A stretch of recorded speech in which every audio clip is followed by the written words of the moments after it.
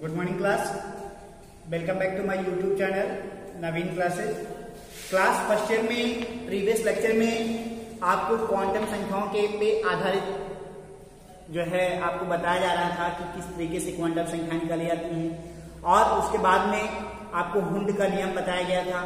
हुंड के नियम से जो है किस तरीके से इलेक्ट्रॉनों को भरा जाता है, इसके भी बारे में आपको बताया जा चुका था।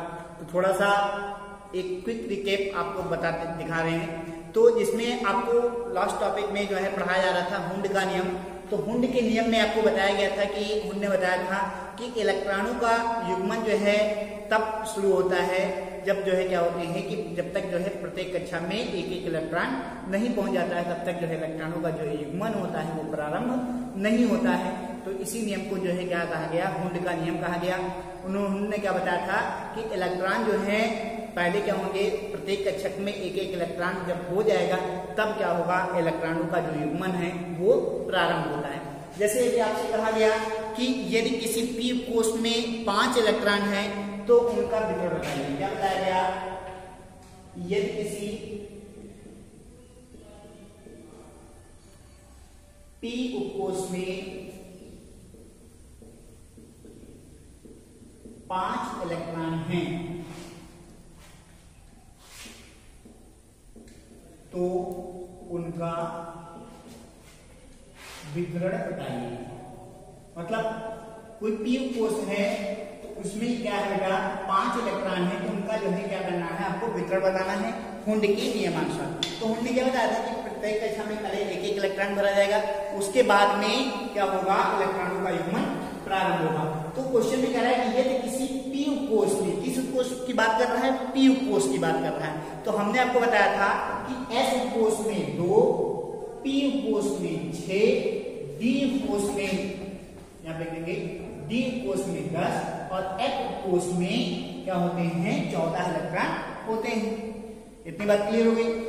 तो क्या होगा कि एस कोष में अधिकतम कितने इलेक्ट्रॉन रह सकते हैं, 2 इलेक्ट्रॉन रह सकते हैं। पी कोष में 6 इलेक्ट्रॉन रह सकते हैं। डी कोष में 10 इलेक्ट्रॉन रह सकते हैं। और एफ कोष में कितने इलेक्ट्रॉन रह सकते हैं, 14 इलेक्ट्रॉन रह सकते हैं। तो बात करते हैं पी कोष की। तो पी कोष में अधिकतम कितने इलेक्ट्रॉन रह सकते हैं, 6 इलेक्ट्रॉन रह सकते हैं। तो और एक कोष में जो है कितने, एक कक्षक में कितने इलेक्ट्रॉन रहेंगे, अधिकतम 2 इलेक्ट्रॉन रह सकते हैं।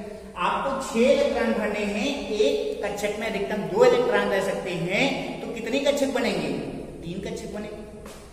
3 कक्षक बनेंगे, नहीं बनेंगे, बिल्कुल बनेंगे।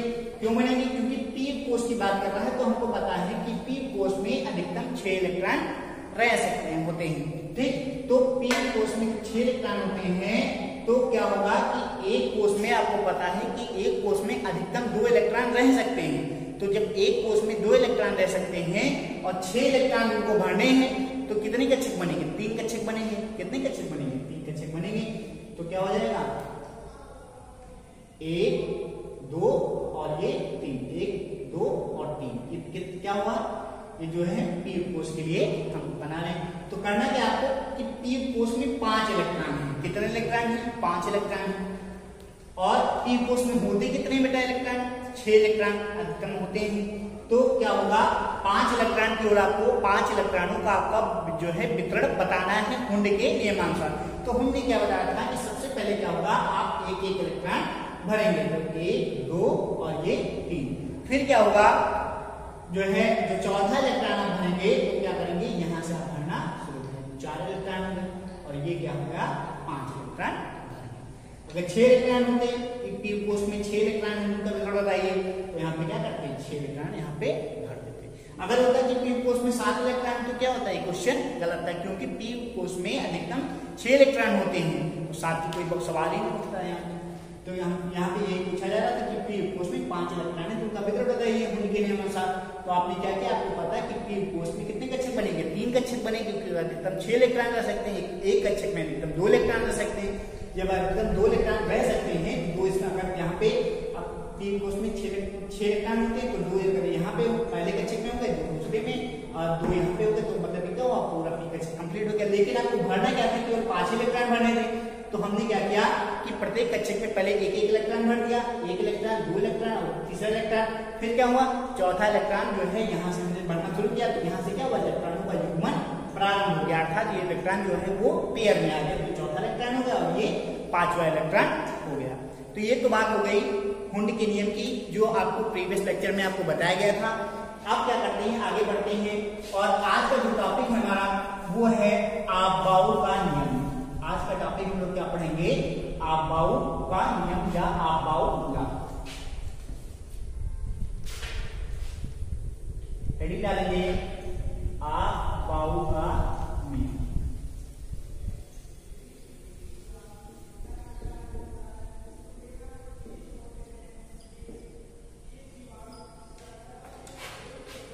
क्या बताएंगे आपबाउ के नियम में कि आपबाउ का नियम क्या कहलाता है कि इलेक्ट्रॉनों को उपकोषों में ऊर्जा के बढ़ते हुए क्रम में रखना ही क्या कहलाता है, आपबाउ का नियम कहलाता है। अगर आपसे ऐसे पूछा जाए कि आपबाउ का नियम क्या होता है, आपबाउ का नियम किसे कहते हैं, क्या बताएंगे कि इलेक्ट्रॉनों को, लिख देंगे यहाँ पे, इलेक्ट्रॉनों को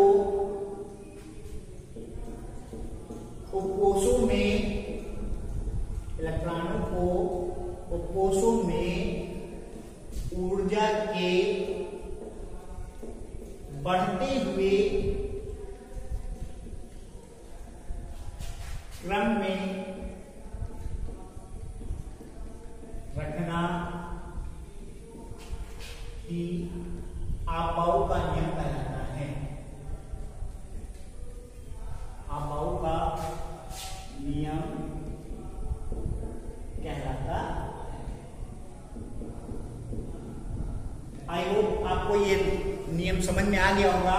क्या बताया गया, आपबाउ का नियम क्या कहलाता है कि इलेक्ट्रॉन जो है, उन इलेक्ट्रॉनों को उपकोषों में क्या होता है, ऊर्जा के बढ़ते हुए क्रम में रखना ही क्या कहलाता है, आपबाउ का नियम कहलाता है। क्या बताएंगे कि इलेक्ट्रॉनों को उपकोषों में ऊर्जा के बढ़ते हुए क्रम में रखना ही क्या कहलाता है, आपबाउ का नियम कहलाता है। अब ये जो है क्या कहलाता है, आपबाउ का नियम कहलाता है। अब क्या करेंगे, इसको एक आरेख बना करके इसको देखेंगे कि किस तरीके से इलेक्ट्रॉनों को उपकोषों में ऊर्जा के बढ़ते हुए क्रम में इसको रखा जाता है। इसके लिए जो है आप एक आरेख बनाएंगे।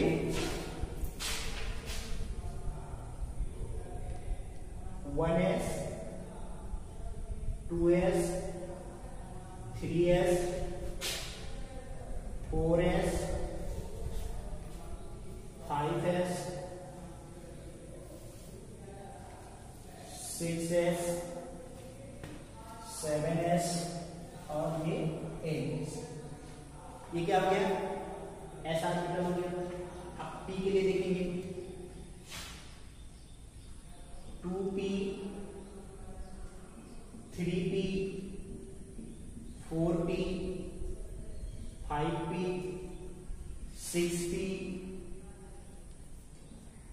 7।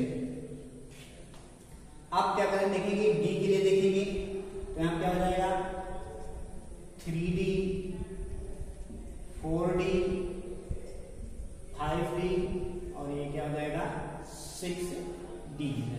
आप f के लिए देखेंगे तो f के लिए क्या हो जाएगा, 4f और ये 5f।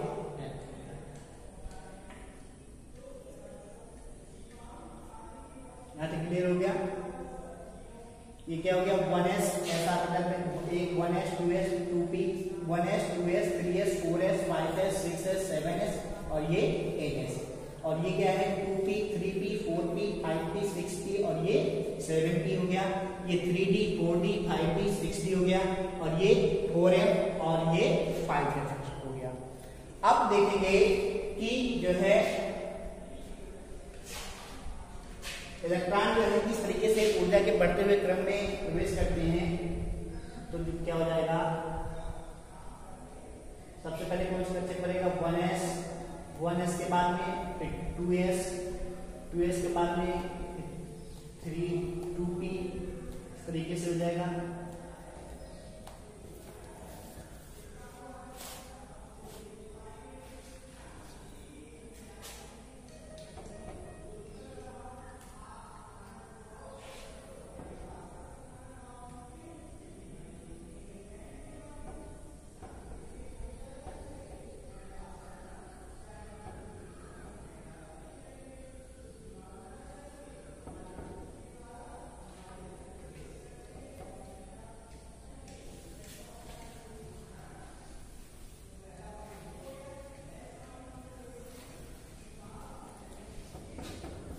आप क्या देखेंगे, इलेक्ट्रॉन जो है सबसे पहले किस आर्बिटल में प्रवेश करेगा, 1s, 1s के बाद में 2s, 2s के बाद में फिर 2p, 2p के बाद में 3s, 3s के बाद में फिर 3p, 3p के बाद में 4s, 4s के बाद में 3d, 3d के बाद में 4p, 4p के बाद में 5s, 5s के बाद में 4d, फिर 5p, फिर 6p, उसके बाद में 4f, 5d, फिर 6p, 7s, और फिर क्या होगा 5f, 6d, 7p और 8p। ये बात क्लियर हो गई। ये क्या है, इलेक्ट्रॉनों के ऊर्जा का क्या है, ये बढ़ता हुआ क्रम है। ये क्या है, इलेक्ट्रॉनों के जो है ऊर्जा का ये बढ़ता हुआ क्रम है। इसको जो है ये ऐसे मिला देंगे और फिर क्या होगा, इसको आप ऐसे मिला देंगे तो आपको ज्यादा समझ में आएगा। इस तरीके से आप मिलाते हुए आगे की ओर बढ़ेंगे।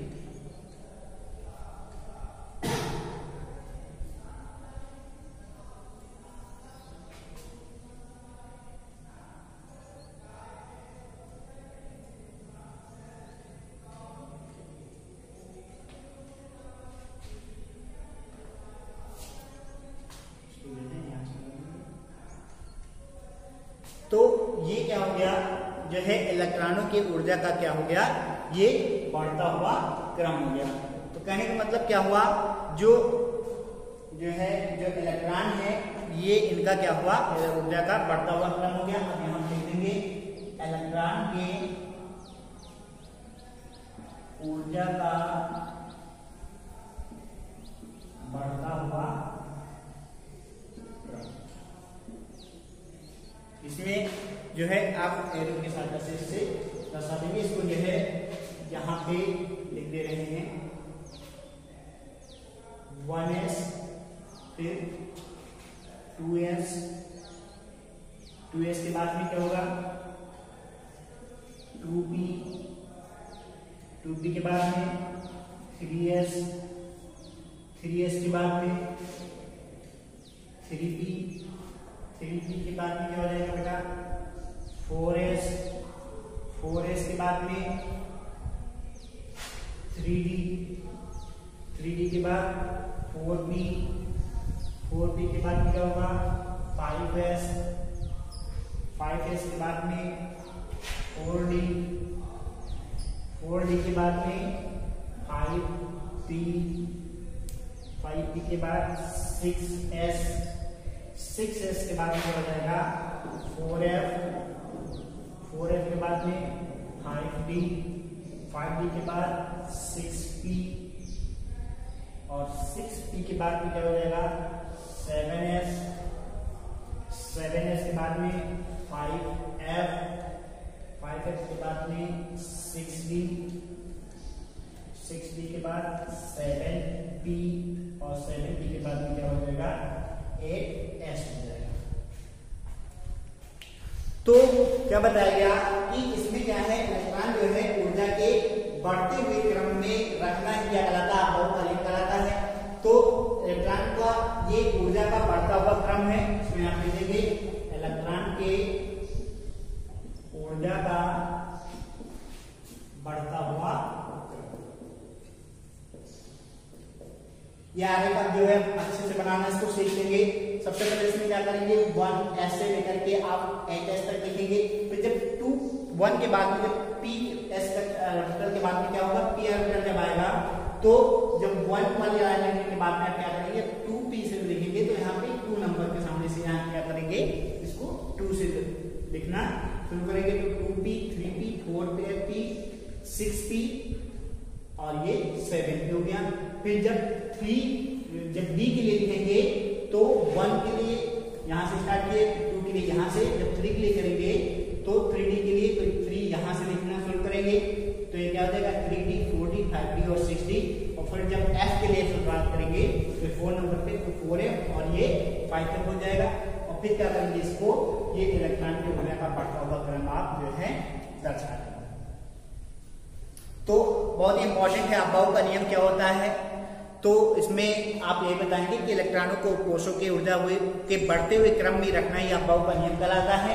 और क्या करेंगे, इसको जो है आप जो है इशारे को बना करके आप जो है क्या करेंगे, ऊर्जा के बढ़ते हुए क्रम को दर्शा देंगे। जल्दी से इसका स्क्रीनशॉट ले लीजिए और फिर आगे बढ़ते हैं नेक्स्ट टॉपिक।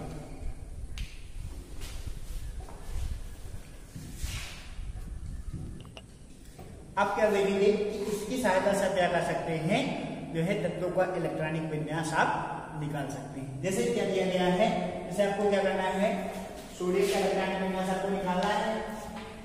ये सोडियम है, सिंपल Na होता है, एटॉमिक नंबर कितना होता है, 11 होता है। इसका क्या करना है, इलेक्ट्रॉनिक विन्यास निकालना है। तो सबसे पहले यहां से स्टार्ट करेंगे तो क्या हो जाएगा, 1s। आपको पता है कि s कोष में अधिकतम 2 इलेक्ट्रॉन रह सकते हैं, तो क्या हो जाएगा 1s 2 हो जाएगा। 1s के बाद में क्या आएगा, 2s आएगा। तो 2s, यहाँ पर भी s है तो s कोष में 2 ही इलेक्ट्रॉन रह सकते हैं, तो क्या हो जाएगा 2s 2 हो गया।